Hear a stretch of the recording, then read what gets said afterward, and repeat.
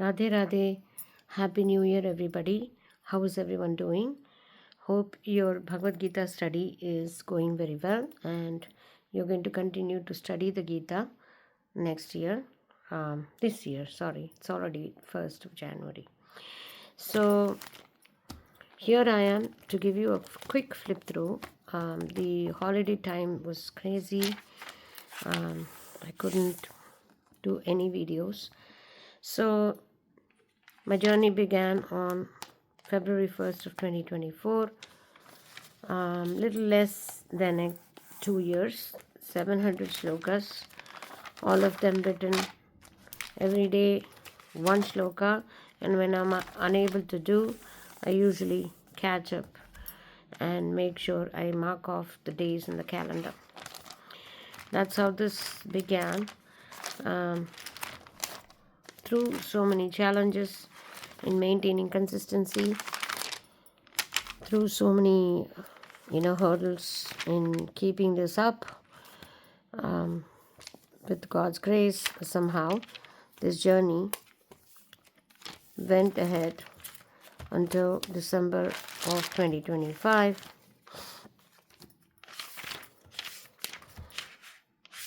Exactly on the 29th I completed the last sloka. So this is my second round.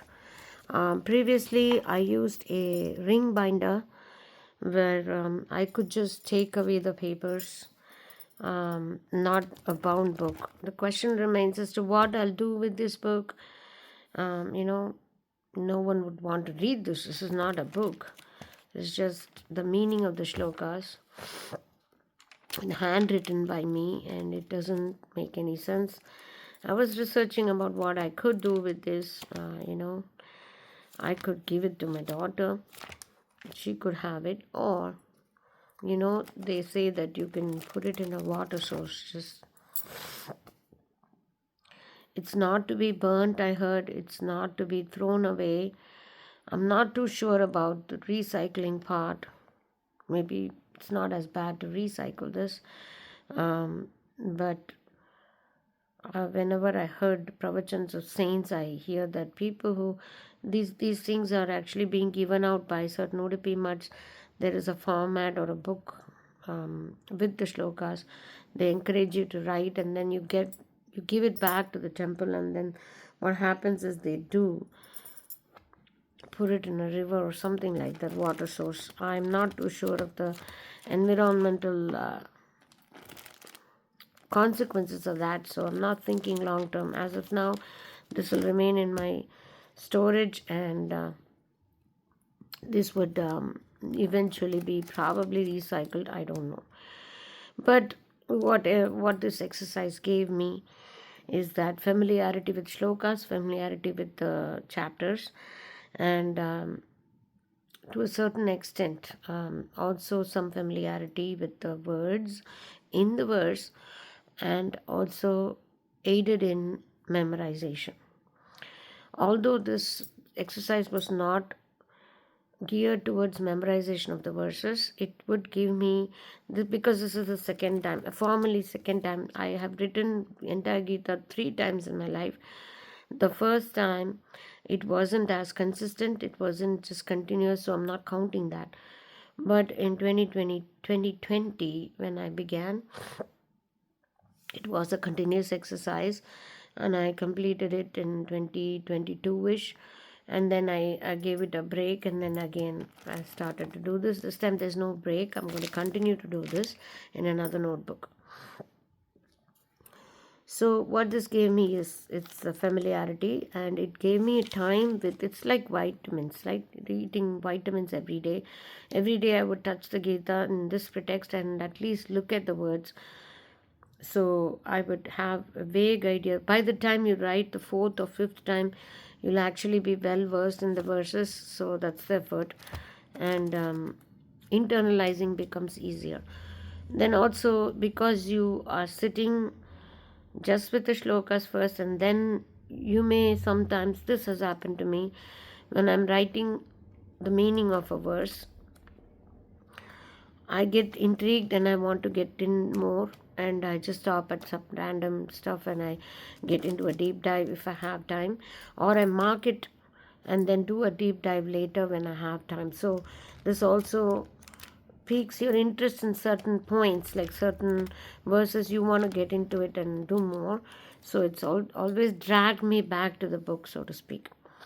So this exercise is helpful in study. Somebody who's extremely serious about Gita um, should do this. It's recommended. It's good. So that's that. So this is going to go to my storage, and I actually took it out of my sleeve that I had, the red sleeve that I usually have. I took away all the stickers and everything, and I'm going to take the sleeve off also because it can be used on another notebook. And this bare notebook would go into storage. Now for the next year, my goal is to continue this in a different focus. Let me open this. This is a 2025 notebook, so it's not an exact like 2026 notebook. I found it a little challenging to draw the calendar and do all those things, so I thought it would be easier if I had a notebook that already had calendar. This is an old calendar. This is January 2025. It doesn't matter to me as long as there's a box and then I can put in the notes. Like I can put in the dates. I can redate this. So this notebook has a tracker of sorts. Now December is gone. December 2024. So I'm going to today is January 1st. I'm going to start somewhere here and mark the shloka on each day, or mark a box saying that I did it. Or I'll plan out everything. I'll just write all the shlokas that I'm supposed to do here, and for the month I'll just write down 1.1 and things like that. This time I'm not going to do each shloka per day. My idea is to get into it more and be intentional and probably slower with my writing exercise. Now what I'm going to do is I'm going to stick with Prabhupada's version. I may switch versions, it doesn't matter. But this year's focus, because it is word by word, let's just the second chapter, that's fine. I'll just be in the second chapter. So this is chapter 1. I'm sorry, my eyes are deceiving me. So let me start somewhere in the second chapter to show you, because that the first chapter has all descriptions of the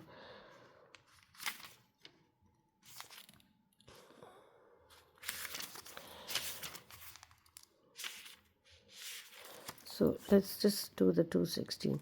So this shloka, I will write the shloka and then on the same day write the word by word meaning.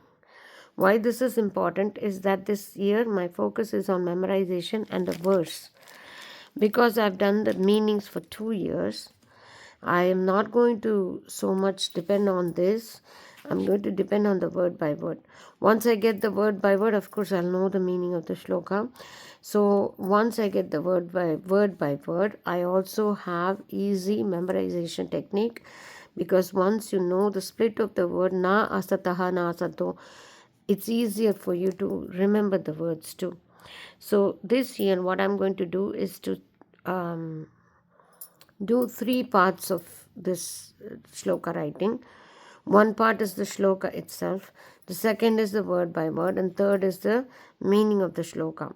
I'm going to write all 3, but the focus will be on this. This is where I will have most focus on. So I'm going to split this notebook. This is a smaller notebook than previous. For convenience sake, I didn't want to draw out the calendar. I like decorating. I like putting stickers on everything. I'm still going to do all that here too. But I just found it very time consuming to draw out the calendar. So I'm just going to use this calendar and just mark it off. Now if I'm doing 2.16 here, I will divide the page into 1, which is the verse itself, 2, it is the word by word meaning, and the third part would be the meaning. The page will be either split into 3, or I will use 2 pages for this exercise. I'm not going to concentrate on what it says here as the calendar date.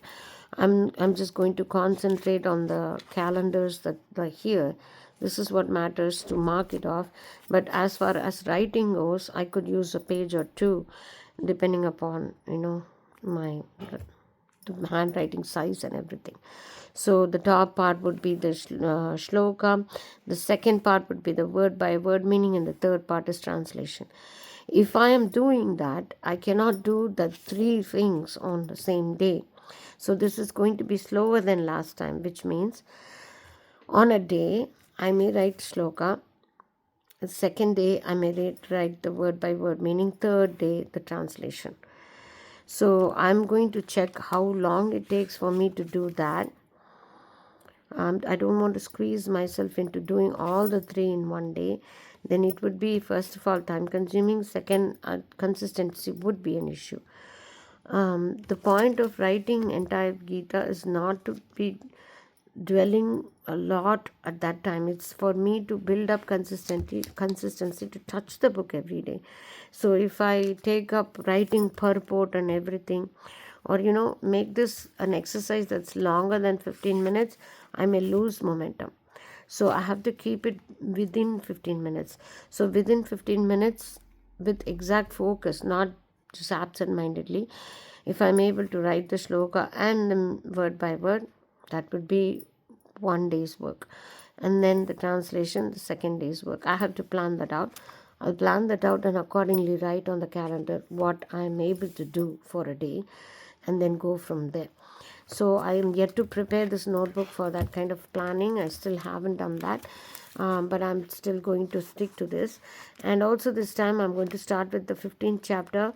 Don't ask me why. Everywhere Gita's learned, they do the 15th chapter first, and there must be something to it. So I'm going to start with the 15th chapter first, and then go back and then do the others.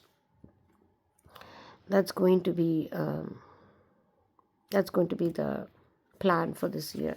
So this is portable. It's not as big as the previous notebook, so if I have to carry it somewhere, because during travels I had to not carry my Gita, and I have Transcend app, so Gita is not that much of problem. That notebook was bulky, and I couldn't travel with it everywhere. Whenever I was going out, I had to wait for 2 or 3 days, come back and get caught up. I don't want to do that. This time I want to be much more consistent with this exercise, and as it takes shape, I'll make sure I share it on this channel. I hope this was somewhat helpful. If you are joining me in the scripture writing, and do it your own way, it doesn't have to be the way that I'm saying.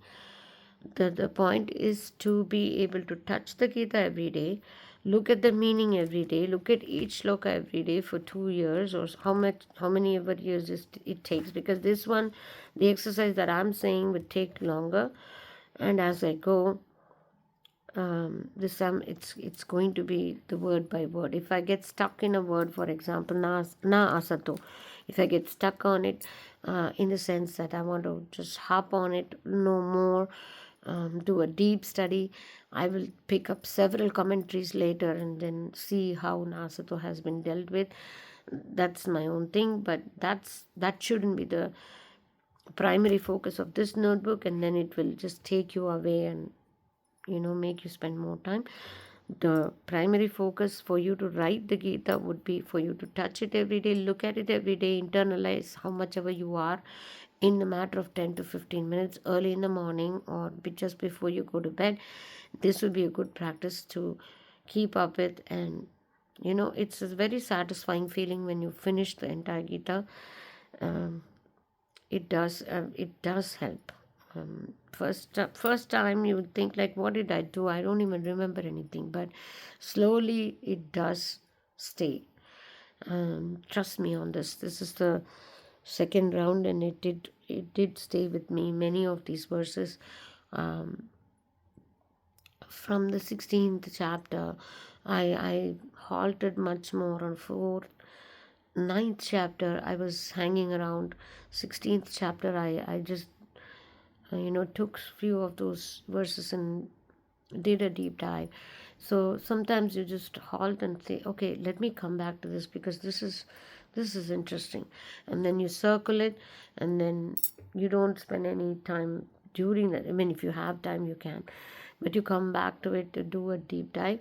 That's the way it goes. So sometimes it just some of these words, they just hook to your brain, and that's how they stay. So I hope you also join me in this effort in 2026, and you do your own scripture writing, and let me know in comments how you feel about it, how it has helped you, and continue your studies. And may Lord Sri Hari help us all this year with our study and help us get closer to Him. Radhe Radhe.